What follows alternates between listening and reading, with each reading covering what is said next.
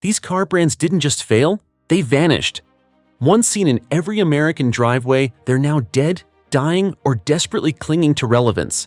From billion-dollar flops to brands wiped out by bad decisions, we're exposing 13 automakers that lost America and why they'll likely never return. SAAB. Saab began as an aviation company before entering the car market in the late 1940s. Known for quirky engineering and turbocharged engines, Saab attracted a loyal niche audience. However, financial struggles plagued the brand for decades. General Motors took full control in 2000 but failed to modernize Saab's lineup or expand its appeal. Sales declined sharply in the 2000s. When GM declared bankruptcy in 2009, Saab was sold to Spyker, but the rescue attempt failed. By 2011, Saab had filed for bankruptcy and stopped production.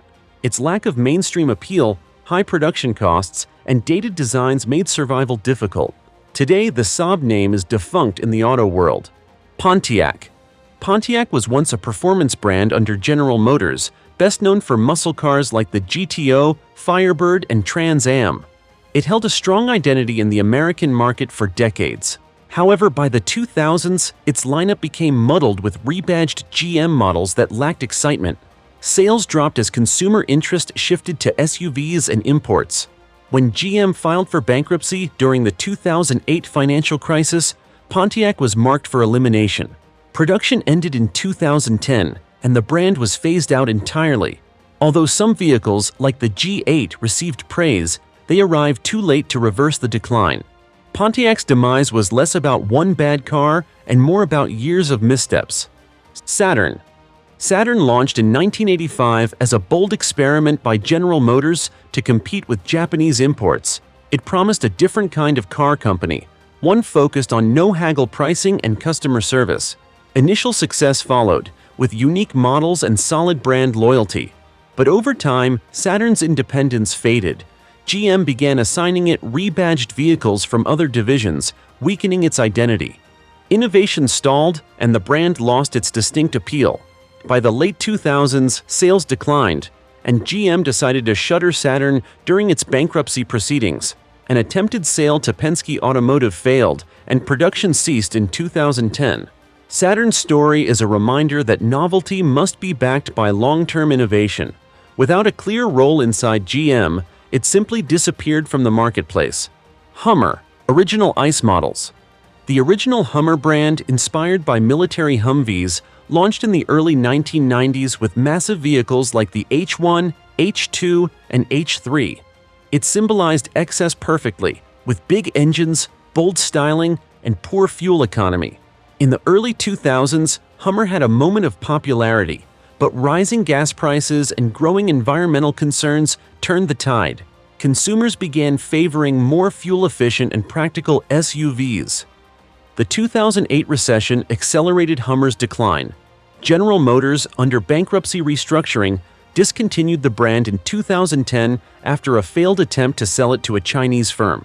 Though the name has returned in electric form under GMC, the original ICE-based Hummer brand is gone.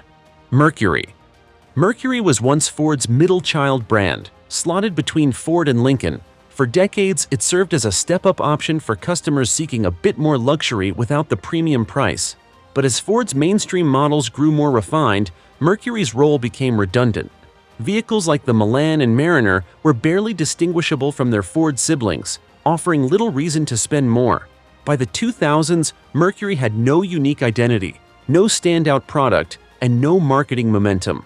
Sales declined rapidly, and younger buyers showed zero interest.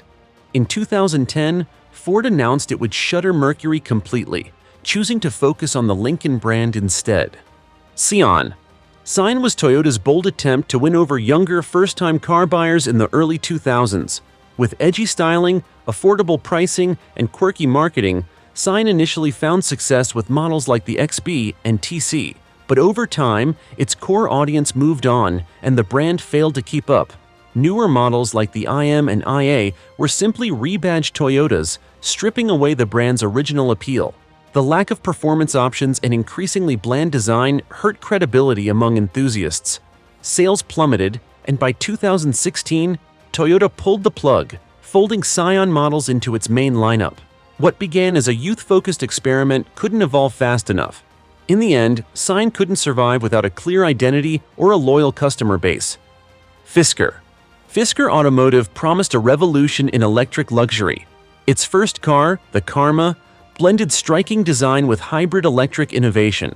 Backed by major investors and government loans, Fisker seemed poised to take on Tesla. But reality set in quickly.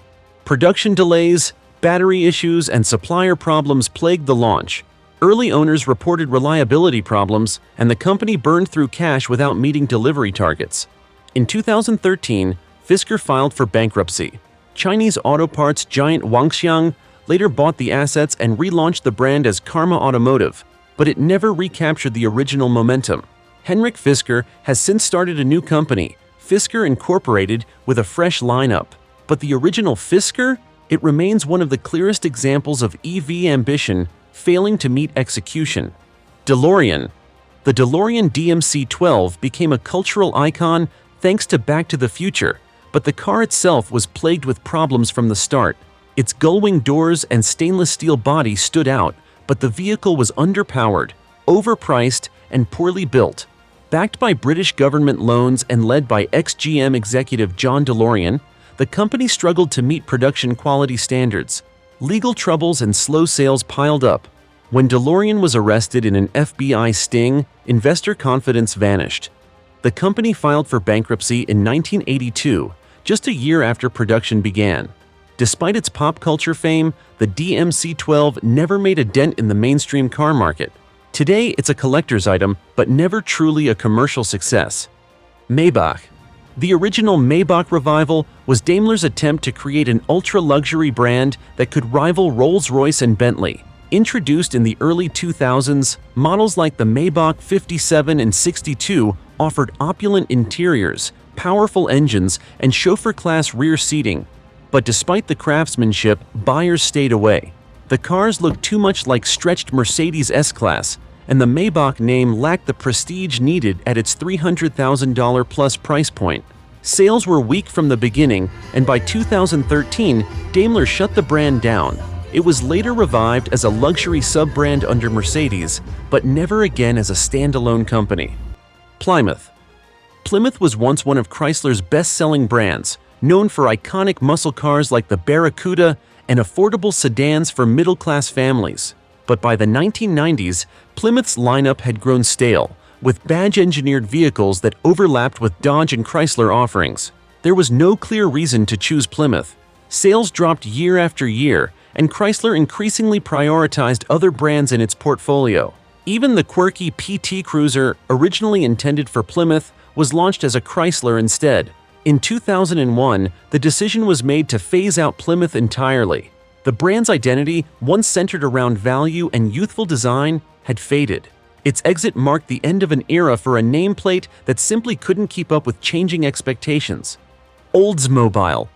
Oldsmobile was one of America's oldest and most respected car brands, founded in 1897 and later absorbed into General Motors. For decades, it symbolized innovation, with vehicles like the Rocket 88 and Toronado earning a loyal customer base. But by the 1990s, Oldsmobile struggled with identity confusion. GM repositioned the brand multiple times, trying to appeal to younger buyers while retaining its aging core audience. The result was a lineup that felt neither exciting nor consistent. Models like the Alero and Intrigue failed to stand out, and sales plunged. In 2000, GM announced it would phase out the brand, completing the process by 2004. Hummer EV as sub-brand.